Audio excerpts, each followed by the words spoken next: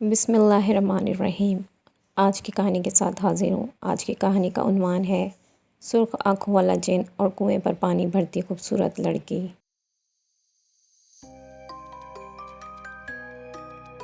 وہ سرخ آنکھیں، میں نے کبھی ایسی مخلوق نہیں دیکھی تھی۔ اس کا سارا بدن کالے بالوں سے بھرا ہوا تھا۔ اس کی سرخ آنکھیں دیکھ کر میں نے دہشت کے مارے بھاگنا شروع کر دیا۔ آیت الکرسی کا ورد میری زبان پر جاری تھا اور آنکھیں آنسوؤں سے لبریز۔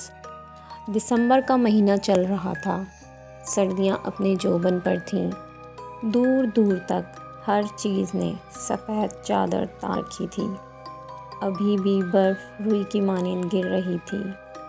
وقفے وقفے سے دیودار کے درختوں کی شاخیں چٹکنے کی آوازیں سنائی دے رہی تھیں۔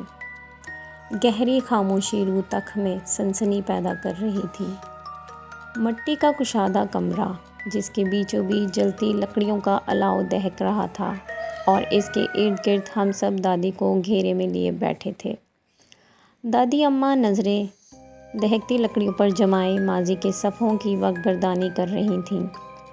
کچھ دیر بعد گلا کھنکارتے ہوئے گویا ہوئی یہ اس وقت کا واقعہ ہے جب پانی کی قلت کے باعث میں اور صنوبر آپا سحری کے وقت پانی بھرنے جاتے تھے۔ صنوبر آپا مجھ سے عمر میں کافی بڑی تھیں۔ صنوبر آپا کبھی اذان سے پہلے اور کبھی اذان کے فوراً بعد پانی بھرنے کے لیے برتن لیے آتیں اور ہمارے گھر کی دیوار پر برتن سے ضربے لگاتیں۔ چونکہ میرا بستر دیوار کے ساتھ تھا اس لیے میں فوراً اٹھ جاتی، اپنے برتن اٹھاتی اور باہر آ جاتی۔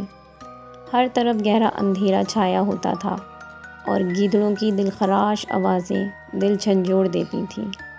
دل میں ڈھیروں خوف لیے ہم سہج سہج کر قدم بڑھائے جاتے تھے۔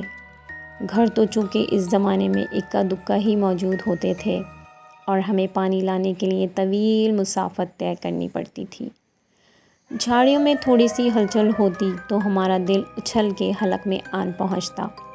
صنوبر آپا کافی مضبوط اعصاب کی مالک تھیں جبکہ میں کافی ڈرپوک واقع ہوئی تھی۔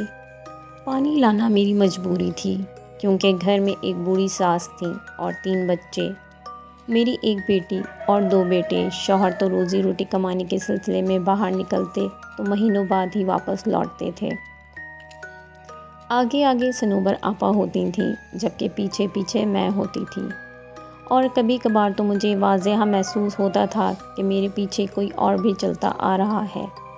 میں اپنے پیچھے اٹھائے جانے والے قدموں کی آواز بخوبی سنتی تھی، لیکن مجھے صنوبر آپا ہمیشہ نصیحت کرتی تھیں کہ کبھی کسی چیز کے پیچھے نہ جانا، چاہے تم کچھ بھی دیکھ لو، اور کبھی پیچھے مڑ کر نہیں دیکھنا، چاہے تمہیں کچھ بھی سنائی دے رہا ہو۔ میں نے ان کی بات کو دل پر نقش کر دیا۔ میں اپنے پیچھے قدموں کی چاپ سن کر زور سے آنکھیں بند کر لیتی اور دل میں آیت الکرسی کا ورد شروع کر دیتی۔ لیکن جب طویل سفر طے کرنے کے بعد بیٹھنے کو جی چاہتا تو یوں محسوس ہوتا جیسے بالکل ساتھ کوئی بیٹھا ہے۔ گردن گھما کر ادھر ادھر دیکھنے پر سوائے اندھیرے کے کچھ دکھائی نہ دیتا۔ ہمارا روز کا آنا جانا تھا۔ ایک روز مجھے آواز آئی کہ دیوار پر ضربیں ماری جا رہی ہیں۔ میں اٹھی، اپنے برتن اٹھائے لیکن گہرا اندھیرا دیکھ کر ٹھٹک گئی۔ مجھے یوں محسوس ہو رہا تھا جیسے آدھی رات کا وقت ہو۔ میں باہر گئی تو دیکھا صنوبر آپا کا دور دور تک کوئی نام و نشان نہیں تھا۔ میں نے یہ سمجھ کر قدم رستے پر ڈال دیے کہ وہ زیادہ دور نہیں گئی ہوں گی اور میں ان تک پہنچ جاؤں گی۔ گیدڑوں کی آوازیں پل بھر کو میرے قدم ساکت کر دیتی تھیں۔ میں نے بھاگنا شروع کر دیا لیکن میں ان تک نہیں پہنچ سکی۔ بگڑے تنفس کے ساتھ میں نے مسافت طے کی اور جائے وقوع پہنچ کر میرے اندر تک سنسنی دوڑ گئی۔ صنوبر آپا وہاں موجود نہیں تھیں۔ میں تھوڑا اوپر کھڑی تھی اور نیچے دیکھا۔ جہاں پانی کا کنواں تھا ایسا محسوس ہو رہا تھا کہ کوئی پانی کے ڈول یک کے بعد دیگرے اپنے اوپر بہا رہا ہو۔ میں نے نیچے جانا ضروری نہ سمجھا اور پانی کا ڈول الٹا کر اس پر بیٹھ گئی، لیکن تھوڑی دیر بیٹھنے کے بعد بھی پانی کی آواز بدستور آ رہی تھی۔ مجھے عجیب و غریب خیالات آ رہے تھے اور پانی کی آواز سے عجیب سا خوف محسوس ہو رہا تھا۔ اچانک اپنے پیچھے کسی کو محسوس کیا تو میرے جسم پر کپ کپی طاری ہو گئی۔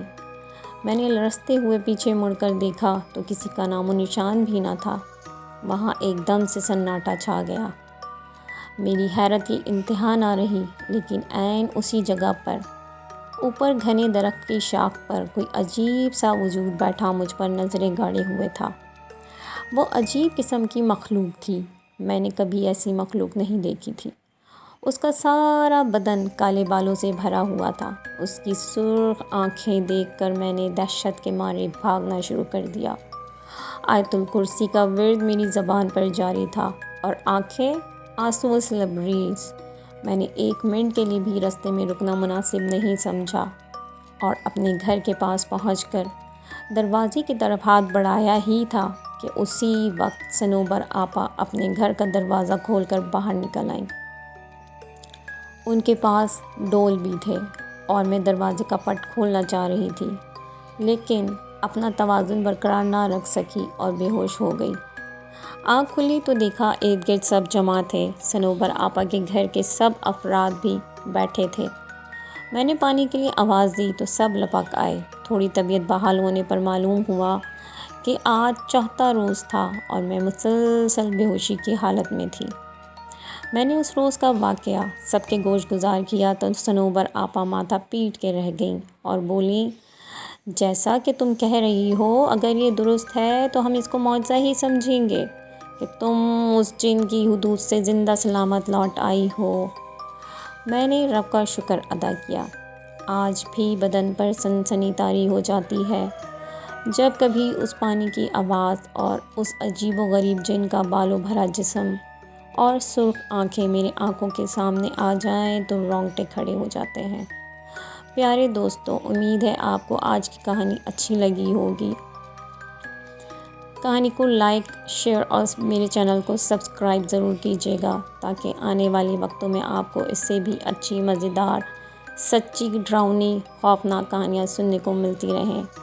بہت بہت شکریہ۔ اللہ حافظ۔